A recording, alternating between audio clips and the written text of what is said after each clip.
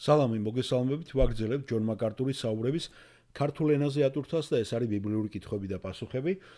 და ეს კითხვა ძალიან საინტერესოა ქართულ სივრცეშიც და პირადადაც მომისმენია, პირადადაც ქონია ურთიერთობა იეჰოვას მოწმეებთან. და მე მაგალითად ამას წინებზეც მე მგონი ვახსენე მუსლიმან თანამშრომელთან მქონდა ურთიერთობა და ის შეეცადა ჩემთვის რატო არ გახდები მუსლიმანიო. და რაღაცა კითხვები, პასუხები, რაღაცები ადრე თურქეთშიც უთქვიათ ეს შემთვის. მაშინ კი არ ვიყავი თურქეთში მზად 90 წელს რა მეცოდინებოდა მე ქრისტიანობაში, მაგრამ ეხლა ჩემი მიდგომა ზუსტად ისეთი იყო მუსლიმანთან, როგორიც ბატონმა ჯონმა დაახასიათა იეჰოვას მოწმეებთან და აი ზუსტად მოისმინეთ ეხლა რა არის ჩვენი მაგალითად იარაღი, ესე ვთქვათ.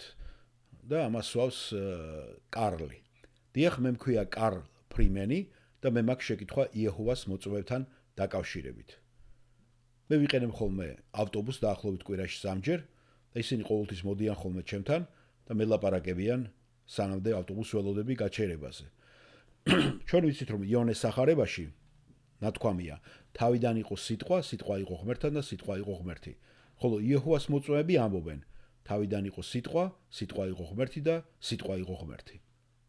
რა განსხვავება იმასა, რასაც წმინდა წერილი ამბობს და იმაში, რასაც იეჰოვას მოწმეები ამბობენ და ჯონი პასუხობს. ჩემთვის განსხვავება პირველ იოანეს წერილშიც კი არ არის. გულისხმობ არათუ იოანეს სახარებაში. გასვოთ ხო იმაზე რაც იყო დასაბამიდან, რაც მოგვისმენია და ჩვენი თვალით გვინახავს, რასაც ჩავკვირები ვარ და ჩვენს ხელებს მოუსიჯავს სიცოცხლის სიტყვაზე, რადგან სიცოცხლე გამოჩნდა და ჩვენ ვიხილეთ. მოწვევ და გაუწევთ თქვენ ამ საუკუნო სიცოცხლეს, რომელიც მამასთან იყო და ჩვენ გამოგვეცხადა. და მე მჯერა, რომ ყველას, ვისაც შეუძლია წაიკითხოს ბიბლია, მათეს სახარებიდან გამოცხადების წიგნის ჩათვლით და ვერ დაადგინოს ის, რომ იესო ღმერთი არ არის, ჩათვალეთ, რომ ეს არის იზოლირებული, მოწყვეტილი და მთლიანად დაშორებული ღმერთისაგან. ხალხო, აშკარად აბსოლუტურად ნათელია თუ ვინ არის ქრისტე.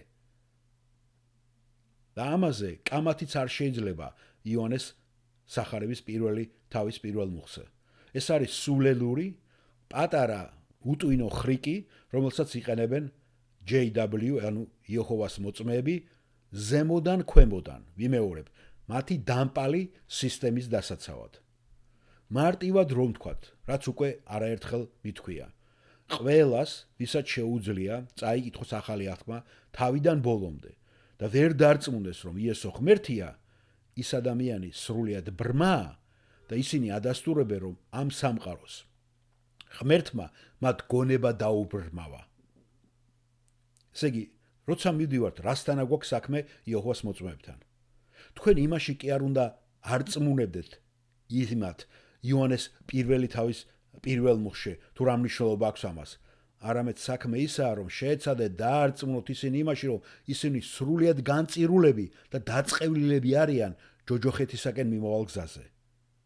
და იმაში, რომ მათი ეს ცოდვა, ანუ იესო ქრისტეს ღმერთად არ აღიარება, ეს არის მიუტევებელი და მათ როგორც წყალი ჭირდებათ ქრისტეს აღიარება.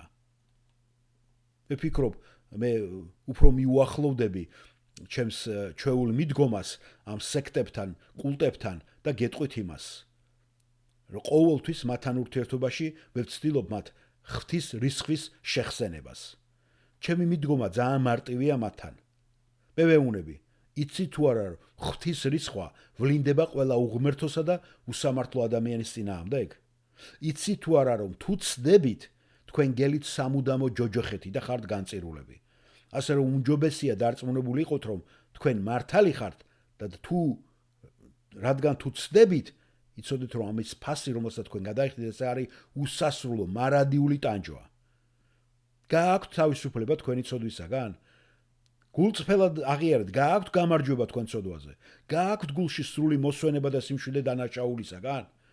უეჭველა დარწმუნებული ხართ, რომ გეპატიათ?